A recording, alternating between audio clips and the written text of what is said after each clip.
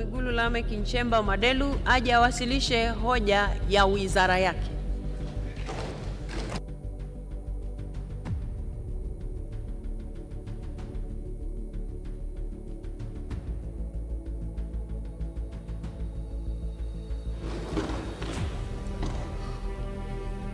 Mheshimiwa Spika, kufuatia taarifa iliyowasilishwa leo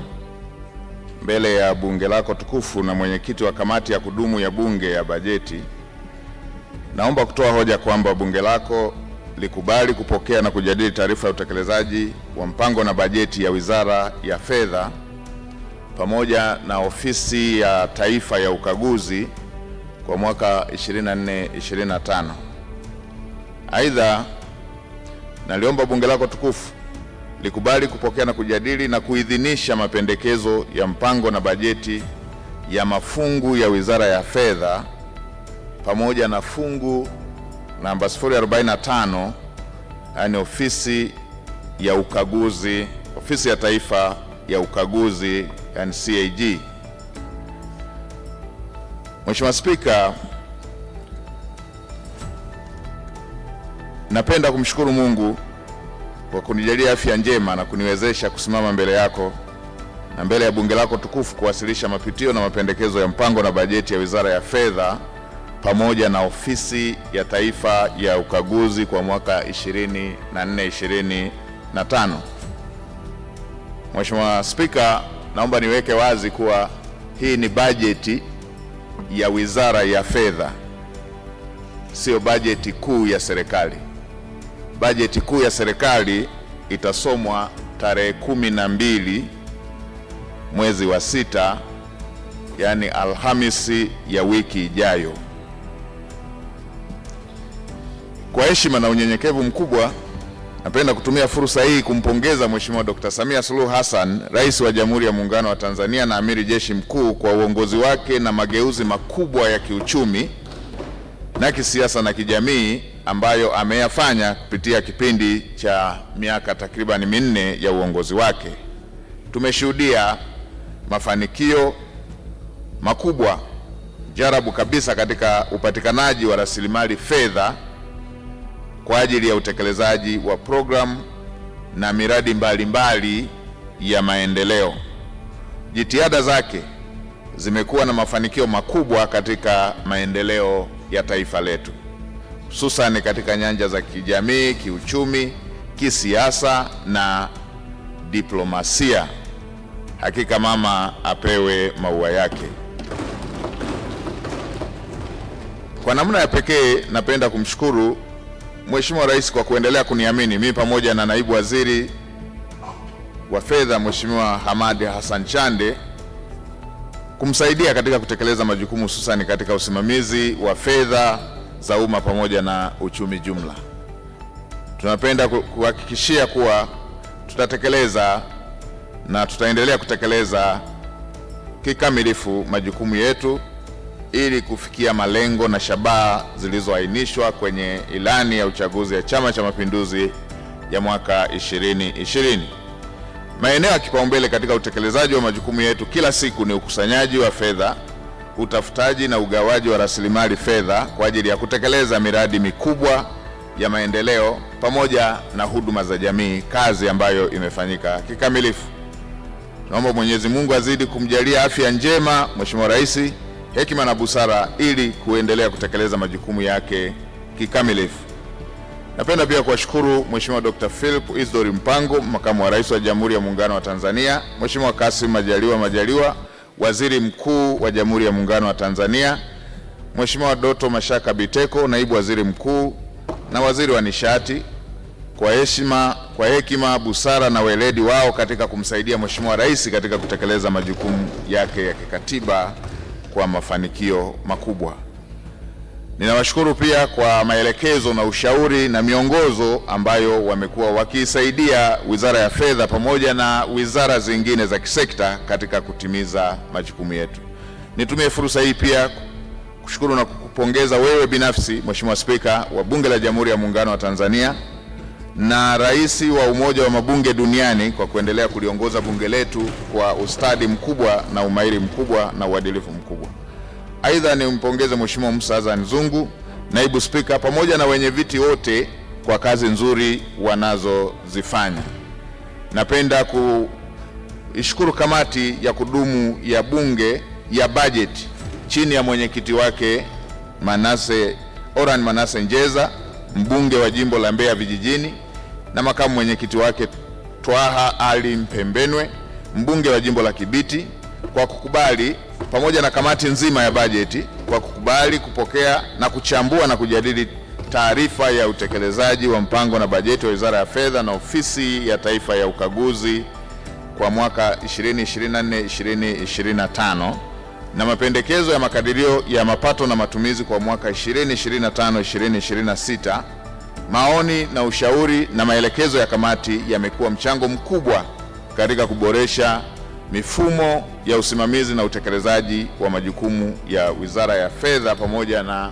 Ofisi ya Taifa ya Ukaguzi. Mheshimiwa Spika, napenda kuwashukuru sana waheshimiwa wabunge wote kwa ushirikiano wanaoendelea kutupatia katika kutekeleza majukumu ya kisera ya wizara na serikali kwa ujumla. Napenda kulihakikishia bunge lako tukufu kuwa Wizara ya Fedha pamoja na taasisi zake itaendelea kutoa ushirikiano stahiki na kufanya kazi kwa karibu ili kuhakikisha kuwa tunapata maoni na maelekezo ya kamati pamoja na waheshimiwa wabunge katika kuboresha utendaji kazi wa wizara yetu. Na Mheshimiwa Spika, kwa upande wa mapitio ya utekelezaji wa mipango na bajeti kwa mwaka 2024, upande wa mwenendo wa matumizi hadi Aprili 2025, kwa mwaka wa fedha 2024-2025, mafungu 8 ya Wizara ya Fedha yaliidhinishiwa na Bunge jumla ya shilingi trilioni 17.99 kwa ajili ya matumizi ya kawaida na matumizi ya maendeleo. Kati ya kiasi hicho, shilingi trilioni 17.43 ni kwa ajili ya matumizi ya kawaida ikijumuisha mishahara ikiwa ni shilingi bilioni 946.45 na matumizi mengineyo shilingi trilioni 16.48. Aidha, bajeti ya matumizi ya maendeleo ilikuwa shilingi bilioni 564.67 ikijumuisha fedha za ndani shilingi bilioni 482.84 na fedha za nje ikiwa ni shilingi bilioni 81.83. Mheshimiwa Spika, wakati wa mapitio ya muda wa kati wa utekelezaji wa mpango wa bajeti ya mafungu, wizara ilihuishiwa kutoka shilingi trilioni 17.99 hadi shilingi trilioni 16.65. Kati ya kiasi hicho, shilingi trilioni 15.91 ikiwa ni kwa ajili ya matumizi ya kawaida na shilingi bilioni 642.96 kwa ajili ya matumizi ya maendeleo. Matumizi ya kawaida yanajumuisha matumizi mengineyo ikiwa ni shilingi trilioni 15.15 na mishahara ikiwa shilingi bilioni 760.40. Aidha, matumizi ya maendeleo yanajumuisha fedha za ndani ikiwa ni shilingi bilioni 590.72 na fedha za nje ikiwa ni shilingi bilioni 52.24. Mheshimiwa Spika, fungu 045 yani Ofisi ya Ukaguzi ya Taifa ya Ukaguzi yani CAG iliidhinishiwa jumla ya shilingi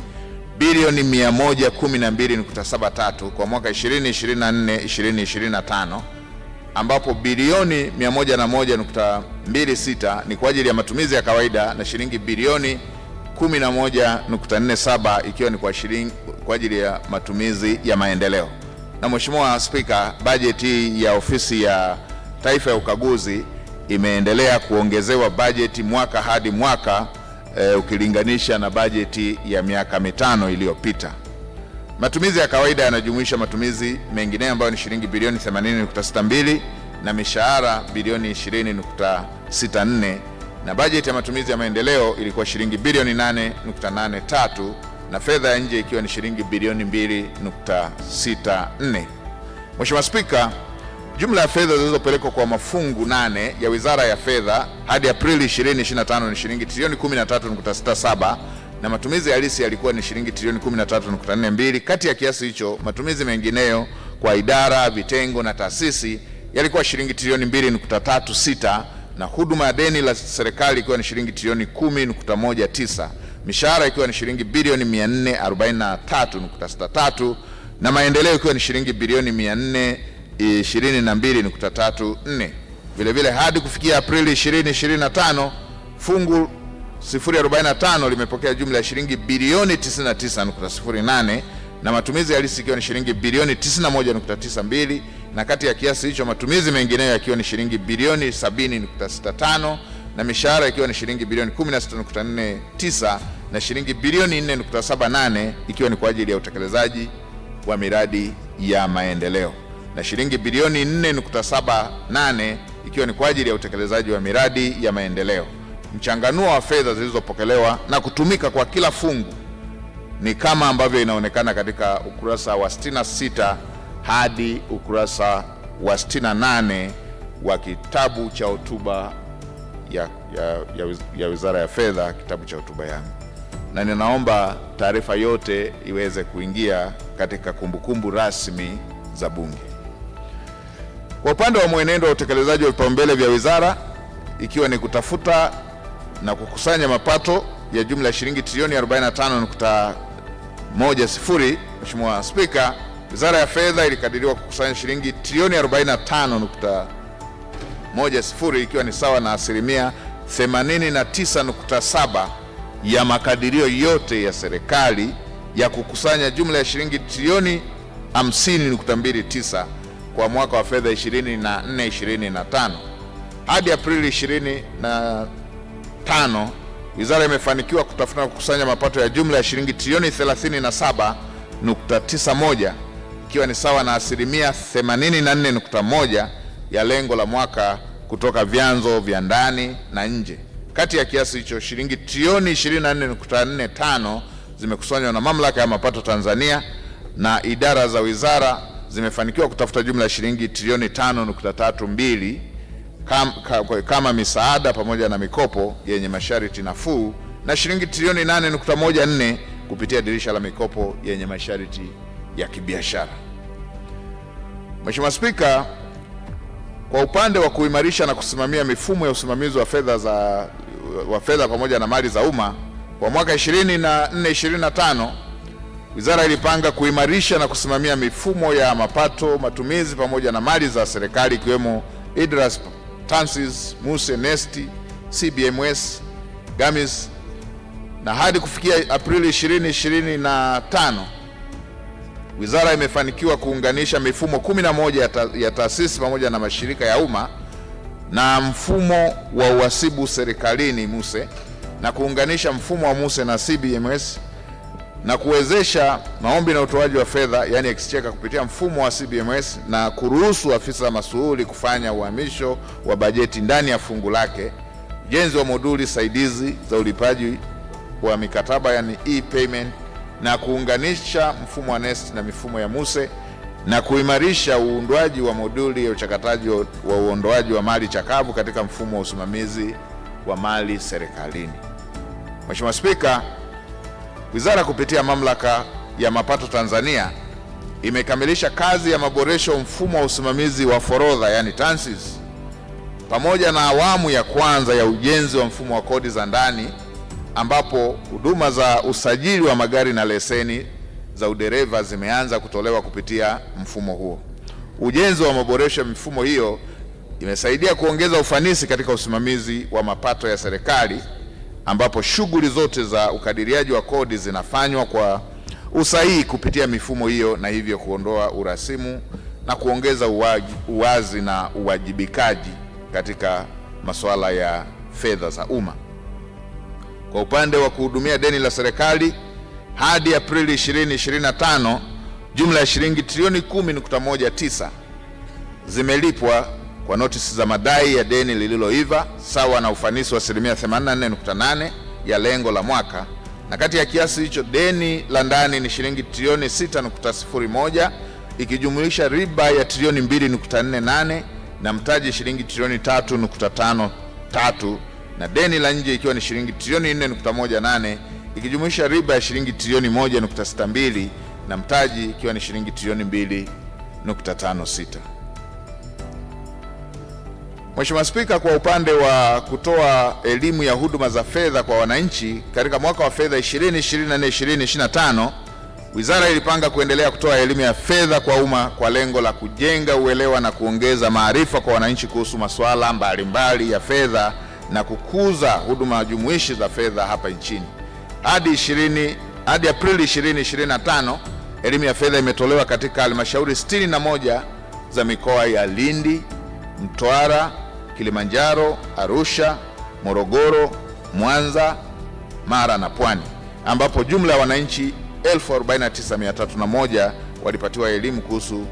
huduma jumuishi za fedha. Aidha, jumla ya wananchi 3,419 walipatiwa elimu ya huduma za fedha kupitia maadhimisho ya wiki ya huduma za fedha kitaifa iliyofanyika mkoani Mbeya. Mheshimiwa Spika, kwa upande wa uwezo wa wakaguzi wa ndani, kamati za ukaguzi na waratibu wa usimamizi wa vihatarishi, kwa mwaka 2024-2025, Wizara ilipanga kujenga uwezo kwa wakaguzi wa ndani, kamati za ukaguzi na uratibu wa usimamizi wa vihatarishi katika taasisi za umma ili kuongeza ufanisi katika usimamizi wa fedha za umma. Hadi Aprili 2025, wakaguzi wa ndani 485 walijengewa uwezo kuhusu ukaguzi wa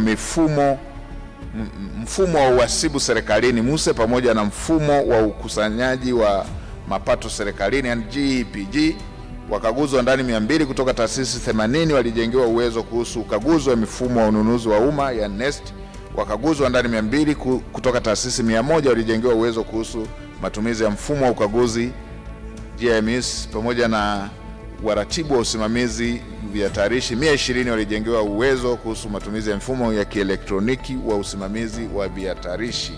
na wakaguzi wa ndani 300 kutoka halmashauri 184 walijengewa uwezo kuhusu ukaguzi wa mifumo ya ukusanyaji wa mapato yani TAUSI.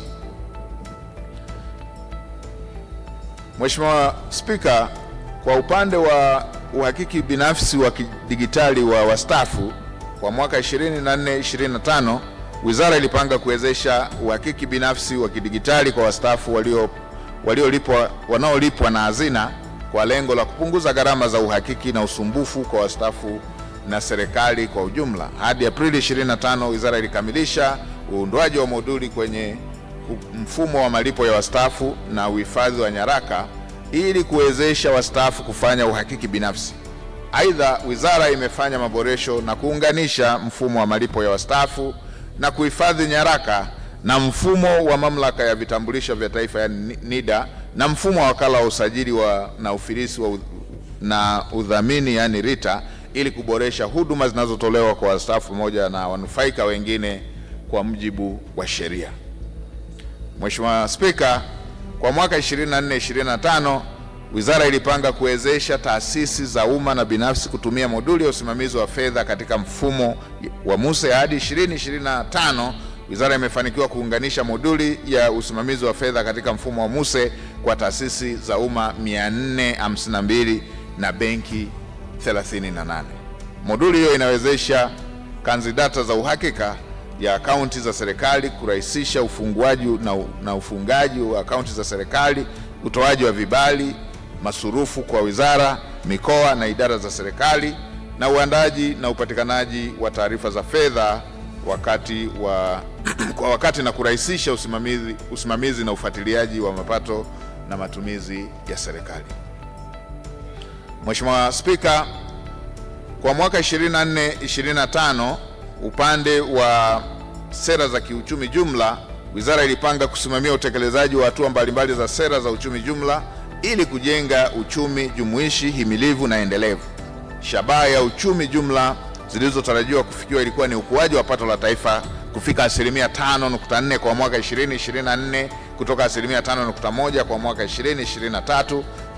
mfumuko wa bei kubaki ndani ya wigo wa tarakimu moja na wastani wa 3% hadi 5%, mapato ya ndani kufikia asilimia 15.8 ya pato la taifa, mapato ya kodi kufikia asilimia 12.9 ya pato la taifa, nakisi ya bajeti ikijumuisha misaada isiyozidi asilimia 3 ya pato la taifa, na kuwa na akiba ya fedha za kigeni kwa kiwango cha kipindi cha mahitaji ya uagizaji wa bidhaa za huduma kutoka nje kisichopungua miezi minne. Hadi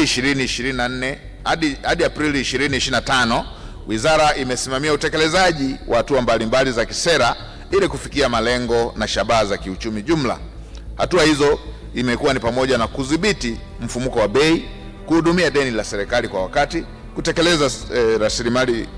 kuelekeza rasilimali fedha katika miradi inayochochea ukuaji wa uchumi, kuboresha mazingira ya uwekezaji na biashara, kuwezesha mauzo ya bidhaa na huduma nje ya nchi, kuimarisha mifumo ya usimamizi wa fedha za umma. Matokeo ya utekelezaji wa hatua hizo, Mheshimiwa Spika, ni pamoja na ukuaji wa pato la taifa yani GDP kukua kwa kiwango cha asilimia 5.5 kwa mwaka 2024 ikilinganishwa na asilimia 5.4 na ukuaji wa asilimia 5.1 kwa mwaka 2023. Aidha, katika kipindi cha Julai 24 hadi Aprili 25,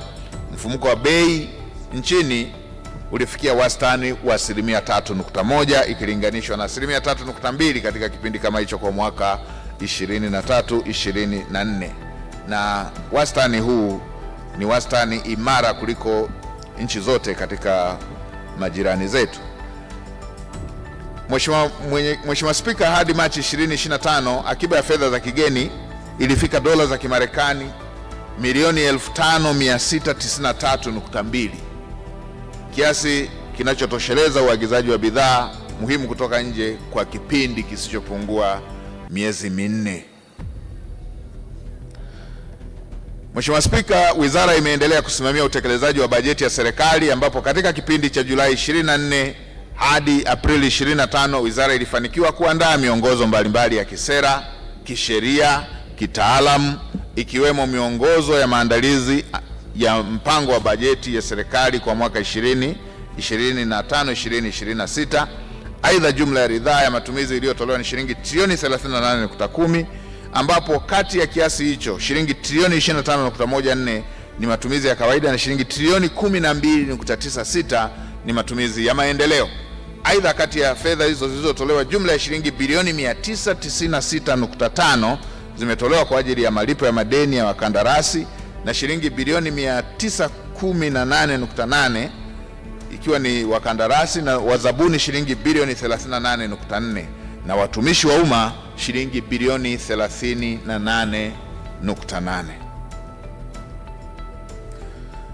Mheshimiwa Spika, kwa mwaka 2024-2025 kwa upande wa mafao ya kustaafu, pensheni na mirathi, wizara ilipanga kulipa kwa wakati mafao ya wastaafu na warithi wanaolipwa na hazina, kuwasilisha michango ya kisheria kwenye mifuko ya hifadhi ya jamii kwa wakati na kuimarisha mifumo ya usimamizi wa malipo ya mafao, mirathi na michango ya kisheria ya mifuko ya hifadhi ya jamii. Hadi Aprili 2025 wizara imelipa kwa wakati shilingi bilioni 315.08 kama mafao ya kiinua mgongo, na baada ya kupokea nyaraka zilizotosheleza Ofisi ya Taifa ya Ukaguzi. Aidha, michanganuo ya kisheria ya kila mwezi kwenye mifuko ya hifadhi ya jamii iliwasilishwa. Michango ya kisheria ya kila mwezi kwenye mifuko ya hifadhi ya jamii ililipwa kwa wakati kwa kila mwezi kama pensheni ya mifuko ya hifadhi ya jamii na kufanya madai hayo yafikishwe katika mfuko uliokuwa unatakiwa. Kwa upande wa usimamizi wa mali za serikali, Mheshimiwa Spika, kwa mwaka 2024-2025 wizara ilipanga kufanya ufuatiliaji wa mali za umma katika taasisi na vituo 274, kuondosha mali chakavu, sinzia na ziada katika taasisi 240 na kuwezesha taasisi za umma 612 kuandaa na kuhuisha na kuweka kumbukumbu za mali katika mfumo. Kwa upande wa ubia kati ya sekta ya umma na sekta binafsi, Mheshimiwa Spika, kwa mwaka 2024-2025 wizara ilipanga kufanya ufuatiliaji wa tathmini na mapendekezo ya miradi 20 ya ubia kati ya sekta ya umma na sekta binafsi na kuendesha mikutano 10 ya uhamasishaji kuhusu sera ya taifa ya PPP kwa mwaka 2009 na mikutano 6 ya kuhamasisha mafunzo kuhusu sheria ya PPP. Hadi Aprili 2025, wizara ilifanya tathmini ya mapendekezo ya miradi 8 ya PPP na kutoa ushauri kwa taasisi husika. Miradi hiyo ni pamoja na mradi wa usalama barabarani Tanzania, mradi wa ujenzi wa vituo vya ukaguzi wa lazima wa vyombo vya moto, ujenzi wa hosteli za wanafunzi wa chuo cha elimu ya biashara kampasi ya Dar es Salaam, mradi wa uendeshaji wa mabasi yaendayo haraka Dar es Salaam awamu ya kwanza na ya pili na ya tatu, ujenzi wa barabara ya haraka ya tozo kipande cha Kibaha Mlandizi Chalinze kilomita 78.9, ujenzi wa uendeshaji wa jengo la biashara Kariakoo Dar es Salaam, mradi wa Mlimani City, mkataba kati ya chuo kikuu cha Dar es Salaam na kampuni ya Mlimani Holding, na mradi wa ujenzi wa kituo cha kisasa cha kutengenezea vitambulisho vya taifa. Mheshimiwa Spika, wizara kupitia kituo cha ubia kati ya sekta ya umma na sekta binafsi ilijenga uwezo wa wadau 728 kutoka katika wizara, idara zinazojitegemea, wakala za serikali, mamlaka za serikali za mitaa na kamati ya kudumu ya bunge ya serikali za mitaa kuhusu utambuzi na uchambuzi wa miradi inayofaa kutekelezwa katika utaratibu wa ubia kati ya sekta ya umma na sekta binafsi. Mheshimiwa Spika, kwa upande wa ununuzi wa umma kwa mwaka 24-25, wizara ilipanga kukamilisha maandalizi ya sera ya taifa ya usimamizi wa mnyororo wa ugavi na mkakati wa utekelezaji wake. Hadi Aprili 25, wizara imekamilisha zoezi la kuandaa sera ya taifa ya usimamizi wa mnyororo wa ugavi pamoja na mkakati wa utekelezaji wake. Aidha, wizara imekamilisha utungaji wa kanuni za utekelezaji wa sheria ya ununuzi wa umma sura namba 410 ya mwaka 2024 na kutoa elimu hususani kuhusu sheria ya ununuzi wa umma sura namba 410 kwa wadau 1880 kutoka katika taasisi za umma 212. Mheshimiwa Spika, kwa upande wa uboreshaji wa miundombinu ya wizara na taasisi zake,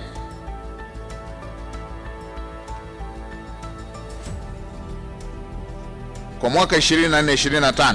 wizara ilipanga kuendelea na ujenzi na ukarabati wa majengo ya ofisi ya wizara na taasisi zake na kuboresha mazingira ya kazi. Hadi Aprili 2025, ujenzi wa jengo la wizara katika mji wa serikali Mtumba umefikia 93% na jengo la ofisi ya wizara katika mikoa ya Geita umekamilika na kuanza kutoa huduma. Aidha, wizara ilitoa jumla ya shilingi bilioni 6.88 kwa ajili ya ujenzi wa majengo ya taaluma na hosteli za wanafunzi katika taasisi za elimu zilizo chini ya Wizara ya Fedha.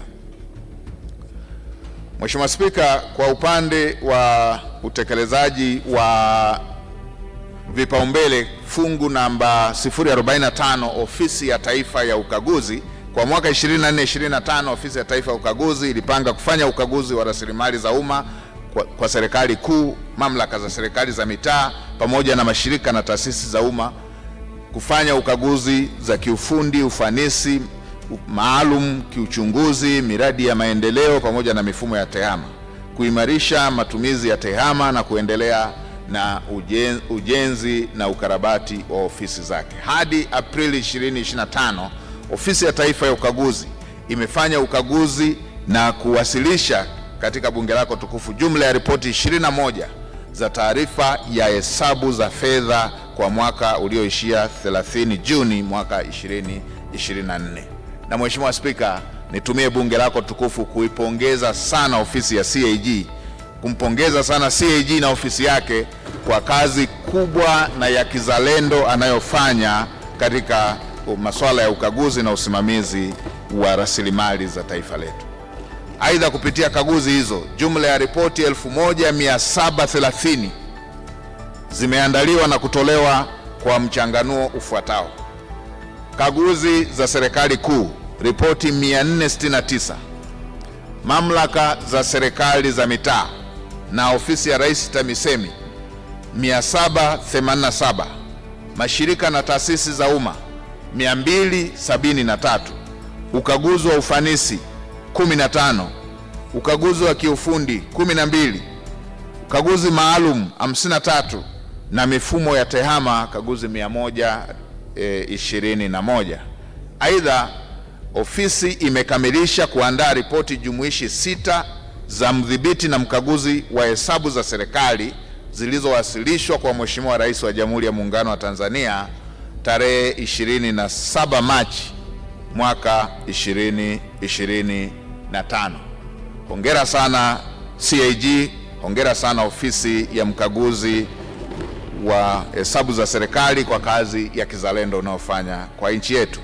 Na hongera sana Mheshimiwa Dr. Samia Suluhu Hassan, Rais wa Jamhuri ya Muungano wa Tanzania, kwa kujali na kuonesha kwa vitendo masuala ya utawala bora na utawala wa kitaasisi, kuzisimamia taasisi ziweze kufanya majukumu yake kwa uwazi na kwa uhuru.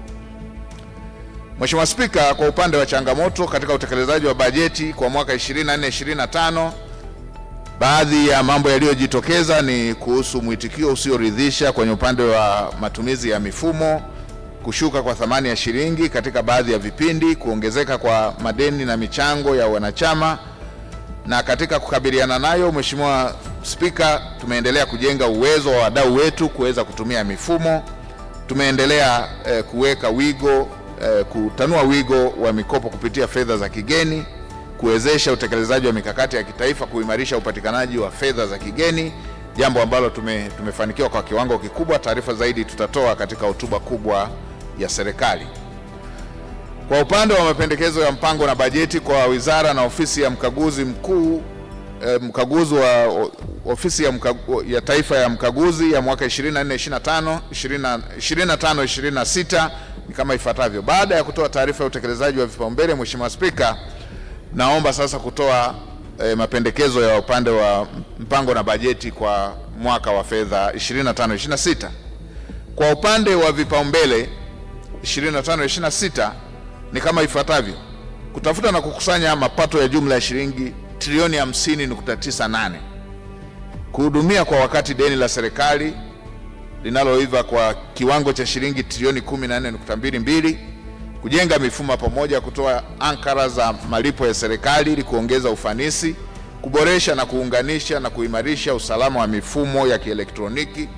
kuandaa sera za usimamizi wa mali za umma. Kwa upande wa ofisi ya taifa ya ukaguzi kwa mwaka 25-26, fungu namba 045 ofisi ya taifa ya ukaguzi ni kama ifuatavyo: kufanya ukaguzi wa mapato na matumizi, ukaguzi wa mifumo tehama, ukaguzi wa ufanisi kiufundi na kuimarisha uwazi na uwajibikaji katika usimamizi wa rasilimali, kuimarisha matumizi ya mifumo ya tehama, kujenga uwezo wa kamati ya kudumu ya Bunge ya usimamizi wa fedha za umma, kujenga uwezo wa ukaguzi juu ya matumizi ya mifumo ya tehama. Na kwa upande wa vipaumbele vya taasisi za wizara kwa mwaka 25-26, vipaumbele vya taasisi za Wizara ya Fedha kwa mwaka 25-26 vinapatikana katika ukurasa wa 55 hadi 64 katika kitabu cha hotuba yangu. Mheshimiwa Spika, kwa upande wa mapato katika mwaka 25-26, Wizara ya Fedha imekadiria kutafuta na kukusanya shilingi trilioni 50.17. Kati ya kiasi hicho, Mamlaka ya Mapato Tanzania inatarajiwa kukusanya jumla ya shilingi trilioni 34.10, misaada ikiwa ni shilingi trilioni 1.07, mikopo nafuu ikijumuisha vyanzo vya ndani ikiwa ni shilingi trilioni 14.95, maduhuli ikiwa ni shilingi bilioni 53.54, na aidha fungu 045 ofisi ya taifa ya ukaguzi inakadiriwa kukusanya shilingi milioni 843 ikiwa ni ukodishaji wa kumbi za mikutano na kodi ya pango kutokana na upangishaji wa majengo ya ofisi yaliyoko katika mikoa mbalimbali. Mheshimiwa Spika, kwa upande wa matumizi kwa mwaka 24-25, Mafungu 8 ya Wizara ya Fedha yanaomba kuidhinishiwa matumizi ya jumla ya shilingi trilioni 20.19 kwa ajili ya matumizi ya kawaida na ya maendeleo. Kati ya kiasi hicho, shilingi trilioni 19.43 ikiwa ni kwa ajili ya matumizi ya kawaida na matumizi ya maendeleo ikiwa ni shilingi bilioni 757.79. Mheshimiwa Spika, matumizi ya kawaida yanajumuisha deni la serikali pamoja na mishahara. Kwa upande wa fungu 045, Ofisi ya Taifa ya Ukaguzi inaomba kuidhinishiwa shilingi bilioni 122.52 kwa ajili ya matumizi ya kawaida na maendeleo. Na kama nilivyosema, kwa jinsi serikali ya Dr. Samia Suluhu Hassan inavyoonyesha kwa vitendo kwamba imedhamiria kusimamia rasilimali za umma, fedha za umma ziweze kutumika ipasavyo bila kupotea, mwaka hadi mwaka imeendelea kuiongezea fedha ofisi ya mkaguzi mkuu, mdhibiti na mkaguzi mkuu wa hesabu za serikali, ambapo sasa imefika bilioni 122.52 ikilinganishwa na chini ya bilioni 80 zilizokuwa zinapatikana miaka mitano iliyopita. Kati ya kiasi hicho, shilingi bilioni 110.42 ni kwa ajili ya matumizi ya kawaida na shilingi bilioni 12.10 ni matumizi ya maendeleo. Mheshimiwa Spika, mchanganuo wa matumizi kwa mafungu 8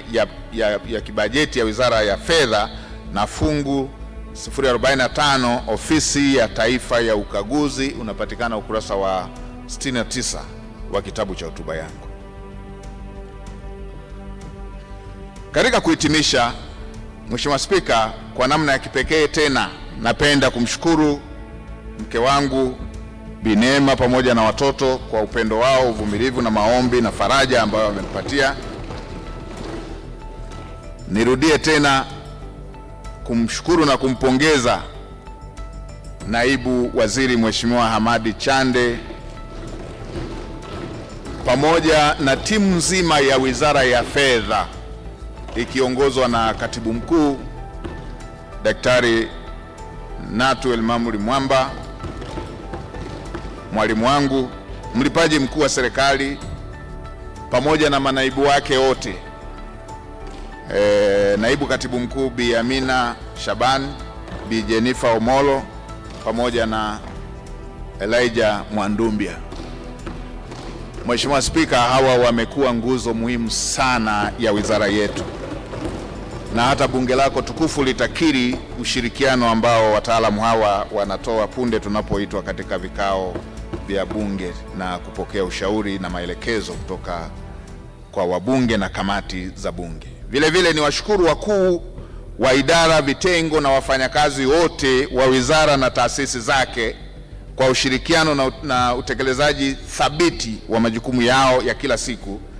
Kwa moyo wa dhati kabisa napenda kumshukuru mdhibiti na mkaguzi mkuu wa hesabu za serikali pamoja na timu yake. Wanafanya kazi nzuri, kazi ya kutukuka, kazi ya kizalendo kwa taifa letu. Kazi yao imeonyesha mafanikio makubwa, hasa ikiwa ni kubaini maeneo yenye upungufu na kupitia taarifa zake na kushauri na kutoa maelekezo, na bunge lako tukufu ni mashahidi jinsi ambavyo hatua kubwa imefikiwa na nchi yetu katika masuala ya usimamizi wa fedha za umma. Napenda pia kuwashukuru washirika wa maendeleo kwa michango yao ya hali na mali, ambapo ushiriki wao katika utekelezaji wa mipango ya maendeleo umeleta tija na umejitokeza bayana katika maeneo tofauti ambayo tunashirikiana nayo. Na Mheshimiwa Spika, nikiwa namalizia, kipekee kabisa kwa kihistoria kabisa niwapongeze timu ya Singida kwa kuwafunga Simba liingie kwenye Hansard. Goli 3-1 ni ushindi mkubwa sana, mambo yaliyotokea kule Babati, na nimemwomba radhi Mheshimiwa Waziri Mkuu kwamba sikuwatuma, mimi nilikuwa kwenye majukumu alionituma, kwa hiyo hayo walifanya tu wenyewe na wamefuzu kucheza fainali. Hiyo ni hatua kubwa, na Mheshimiwa Kingu pamoja na wabunge wa Singida wanakusubiri Mheshimiwa Spika upongeze kama unavyofanyaga kwa timu zingine. Mwisho kabisa, napenda kukushukuru tena wewe mwenyewe Mheshimiwa Spika kwa kunipa fursa ya kuwasilisha hoja hii ndani ya bunge lako tukufu. Mheshimiwa Spika na waheshimiwa wabunge na umma wa Tanzania, umesikiliza kwa umakini, na narudia tena, wasikose kusikiliza bajeti kuu ya serikali itakayoelezea mafanikio ya kihistoria yaliyofikiwa katika nchi yetu chini ya uongozi wa Dr. Samia Suluhu Hassan, tutakayowasilisha tarehe 12 Alhamisi ya wiki ijayo, panapo majaliwa ya Mwenyezi Mungu. Hotuba hii inapatikana katika tovuti ya Wizara ya Fedha ambayo ni www.mof.go.tz. Mheshimiwa Spika, kwa unyenyekevu mkubwa sasa naomba kutoa hoja. Waheshimiwa wabunge, hoja imeungwa mkono. Asanteni sana. Asante sana Mheshimiwa Waziri.